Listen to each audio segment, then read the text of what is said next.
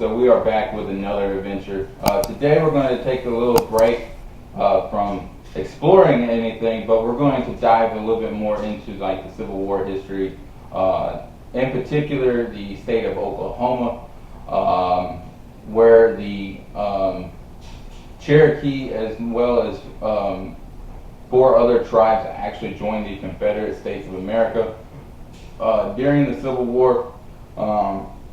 Now, here's a little bit of a story of the Indian Territory, which was in Oklahoma. But before we dive a little bit more into it, make sure you guys hit that like button, subscribe to my channel, place a comment in the comment section below letting me know that you guys subscribe if you like the video. I do appreciate all the support that I'm getting out there with you guys. It means a lot, all the views that's coming across. So I know I'm reaching a lot of fans. I just would like to be able to connect to more people out there through comments or any questions that they may have. I'm more than willing to answer any questions out there. But with that being said, let's go ahead and dive into the history of Oklahoma, in particular during the Civil War. Following the Louisiana Purchase in 1803, the Mississippi River no longer served as the western border of the United States, and Easterns formed the mistaken impression that much of the area known as the Great Plains was nothing more than uninhabitable desert. Many,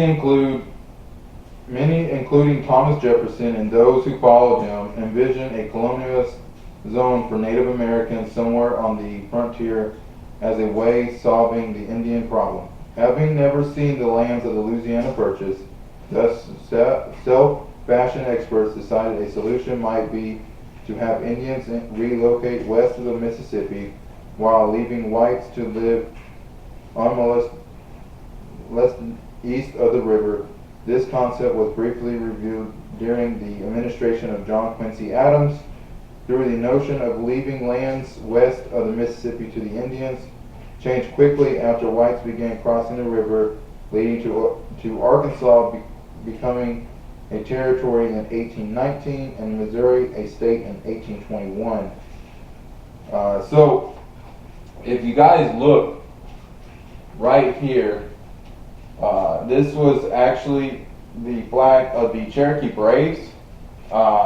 Now, this flag in particular was a model of the first national Confederate flag with the lettering Cherokee Braves.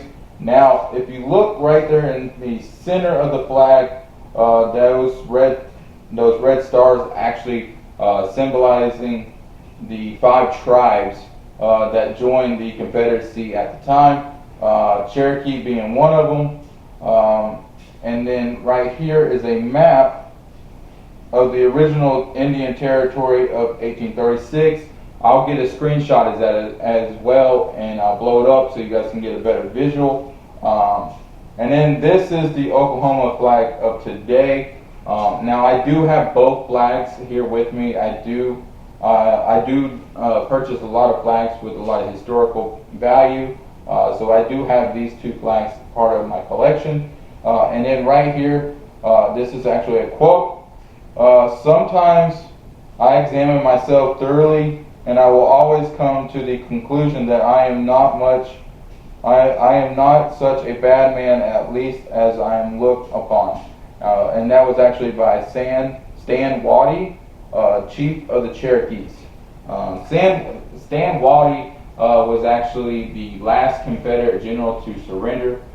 So if you guys are not familiar, now Johnston did surrender to William T. Sherman in the Carolinas, in particular in Bentonville, right outside of Raleigh, North Carolina. So that is actually a historical place that I'm planning on visiting in the future. Bentonville was also the last location of the 31st in their battle during the Union Army. Now, if you look right here, here's some more people, and then it kind of gives you a little bit of definition of the five nations of Confederacy. Confederate President Jefferson Davis believed that the five civilized tribes forced into Indian Territory carried a grudge against the federal government, and Texas Governor Edward Clark suggests the Native Americans could be recruited for the Confederacy. So too did Albert Pike, a lawyer and Mexican War veteran who had earned the trust of the tribes.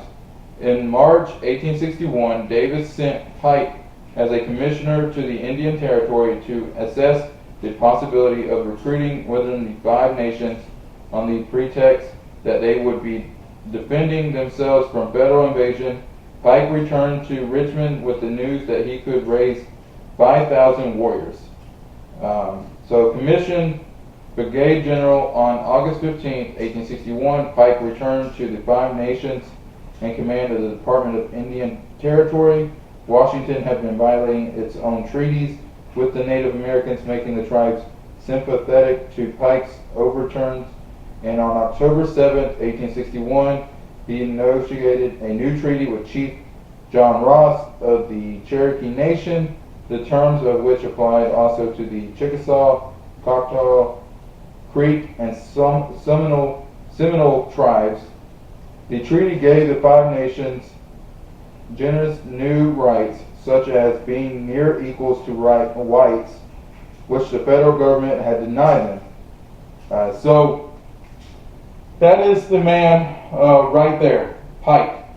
This man was the one that negotiated a new term with Mr. John Ross to have them join the Confederacy during the Civil War. Now, John Ross' home is actually just right up the road from me, and I'm planning on going out there one day and bringing you guys that content as well. He was actually also at the New Echota historical site here in Calhoun, which was the old Cherokee Nation capital. I do have a video of that as well. So if you guys are on my channel, make sure you guys subscribe as well. But check that video out. Place any comments if you guys have any.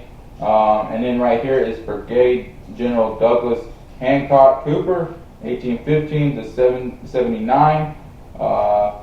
A little bit about Douglas Hancock Cooper. More than any other Confederate officer involved with the five nations, represented Jefferson Davis's hope of retaining control of the Indian Territory. He had been the federal agent to Chickasaw and Choctaw tribes for 8 years, and also exerted influence over the other three tribes. Excuse me. Unlike the 300-pound Albert Pike, Cooper was a leader who fought with his men rather than standing on the sidelines. He also had an understanding of the Native American culture and tried to capitalize on their skills as scouts, skirmishers, and raiders. However, he became discouraged when Confederate authorities failed to furnish his men with proper arms and supplies, and that discouragement infected his men, who deserted in large numbers. Cooper felt a general concern for the Native Americans and eventually became the district commander of the Indian Territory in July 1864. After the war, he remained in the Indian Territory, pressing pre-war claims against the federal government. In this, he had little success. In 1879, died imprisoned at Old Fort Washington, Indian Territory. So if you guys are ever out there in the Oklahoma area, he's buried out there. John Ross is buried out there, as well as Pike. So make sure you guys go by there and pay your respects. Now, here we are, Stan Watie's Cherokee. And then right here is the Cherokee Nation flag.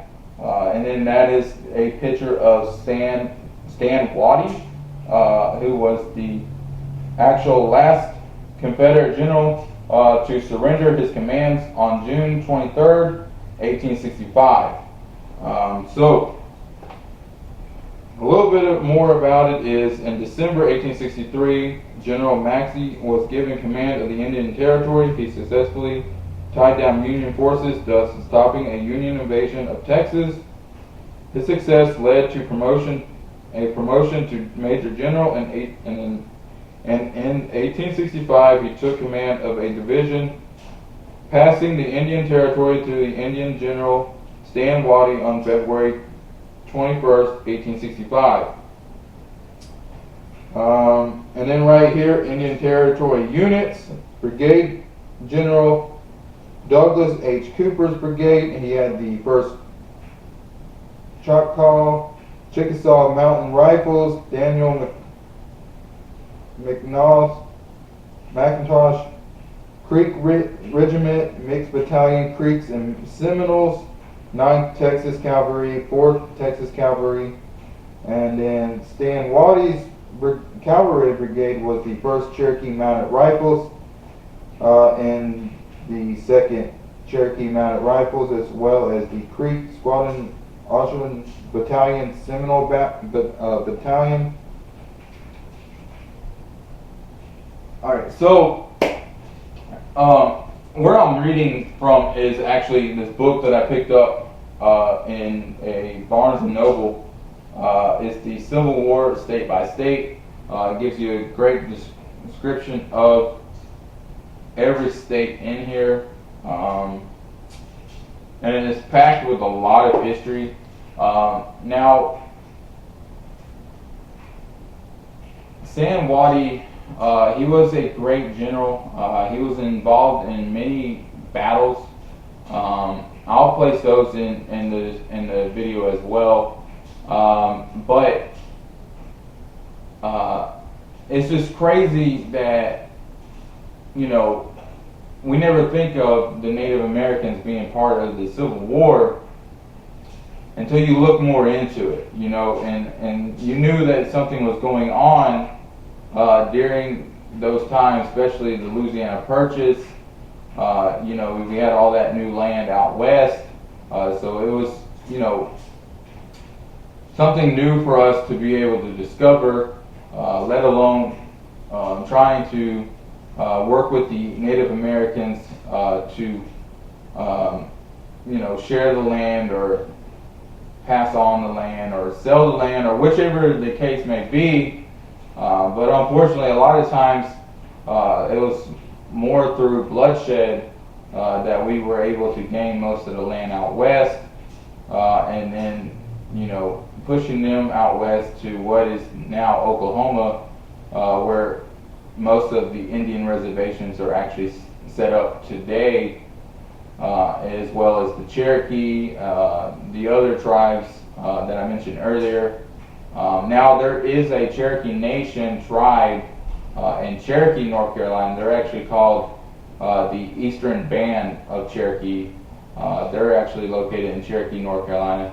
I've been out there quite a few times. I enjoy going out there, learning the history of the Cherokee, being able to see some of them make the pottery, and just kind of getting an understanding and a feeling of their culture is always unique and fun. But I do want to say thanks again for all the support that you guys are giving to the channel. We're on the road to 100, so I'm looking forward to pushing that, getting to that milestone, so we can work on the next milestone. With that being said, I love you guys, and I'll talk to you guys again soon.